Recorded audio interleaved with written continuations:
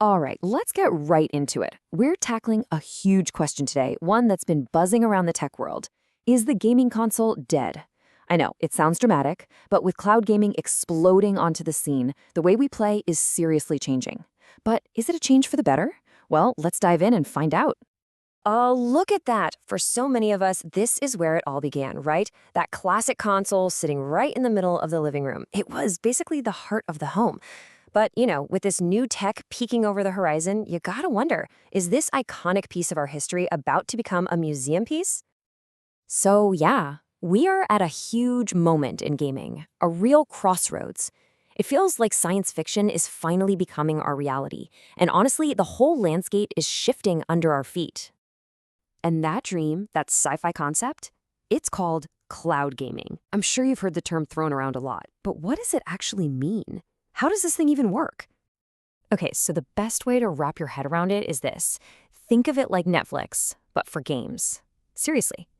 Instead of having a big, powerful, and kind of loud console or PC in your house doing all the hard work, there's a beast of a supercomputer somewhere in a data center that's running the game for you. Then it just streams the video of that gameplay right to your screen. It's pretty wild. And this isn't some far-off future thing. These are the major players making it happen right now. You've got NVIDIA's GeForce Now, which is super cool because it lets you stream games you already bought on places like Steam. Then there's Xbox Cloud Gaming, which is part of Game Pass, so you got this massive library of games ready to go. And yeah, we've seen some services come and go, looking at you, Google Stadia, but even the ones that didn't stick around proved one crucial thing. The tech itself absolutely works. So, what's the big deal? Why is everyone talking about this? Let's get into the promise of the cloud and why this tech is a total game changer. It really comes down to three huge revolutionary things. First, playing literally anywhere. Second, saying goodbye to waiting. And third, saving some serious cash. Okay, first up, play anywhere. And I mean anywhere. Just picture it. You're playing the biggest, baddest AAA titles on your phone, or your tablet, or your smart TV. All of a sudden, a great gaming setup isn't about having a $1,000 graphics card. It's about having a decent screen and a good internet connection. That's it. The power isn't locked in a box under your TV anymore. It's in the cloud. All right, number two, no more waiting. Oh man, we have all been there, right? You're so hyped to jump into a new game, but nope. First, you've got a 100 GB download to stare at for the next few hours. Ugh, cloud gaming just gets rid of that completely. You click play and you are playing instantly. It's that simple. And the third big one, money. Let's be real. Traditional gaming can be expensive. You're dropping what, $500 on a new console? And then $70 for every new game that comes out. It adds up. A cloud subscription completely flips that. You're looking at maybe less than $20 a month for access to a giant library of top-tier games. It just blows the doors wide open for so many more people. Okay, so it sounds pretty perfect, doesn't it? But hold on. Before we start writing obituaries for the console, let's have a little reality check. The tech is incredible, for sure, but it's not flawless. It's not this seamless gaming paradise. Yet. So let's look at the dream versus the reality, right?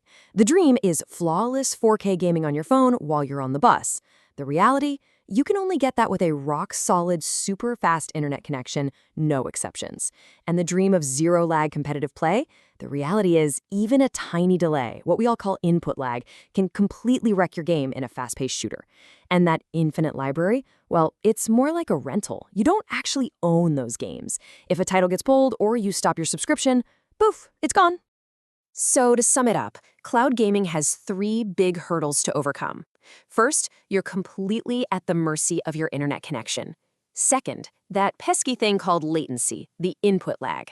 And third, this whole new world of not actually owning your games, just renting them. And because of those hurdles, we absolutely have to talk about the other side of the coin. Because consoles, they are not dead, not by a long shot. In fact, they're thriving, and for some really good reasons. And you want proof? Just look at the sales numbers. We're talking millions and millions of PlayStation 5s and Xbox Series X consoles still flying off the shelves years after they first launched. That's not just inertia.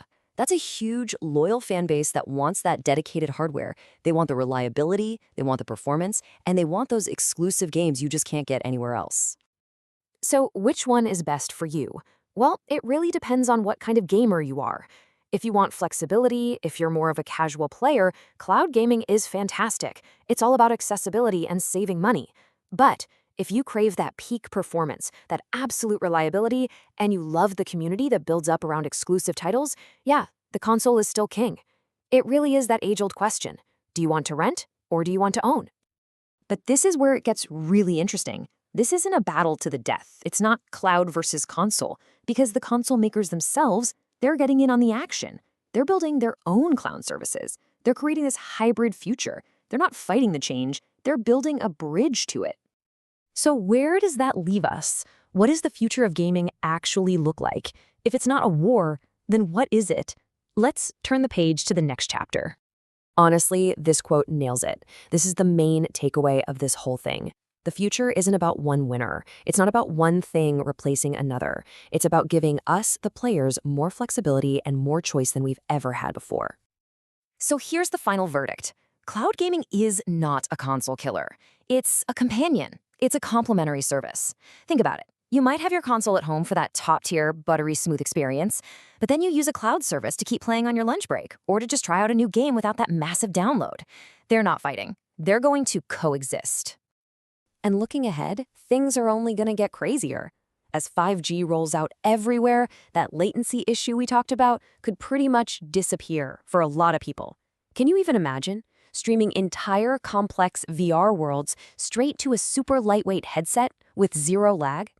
We are marching toward a future where gaming is more connected and more inclusive than ever.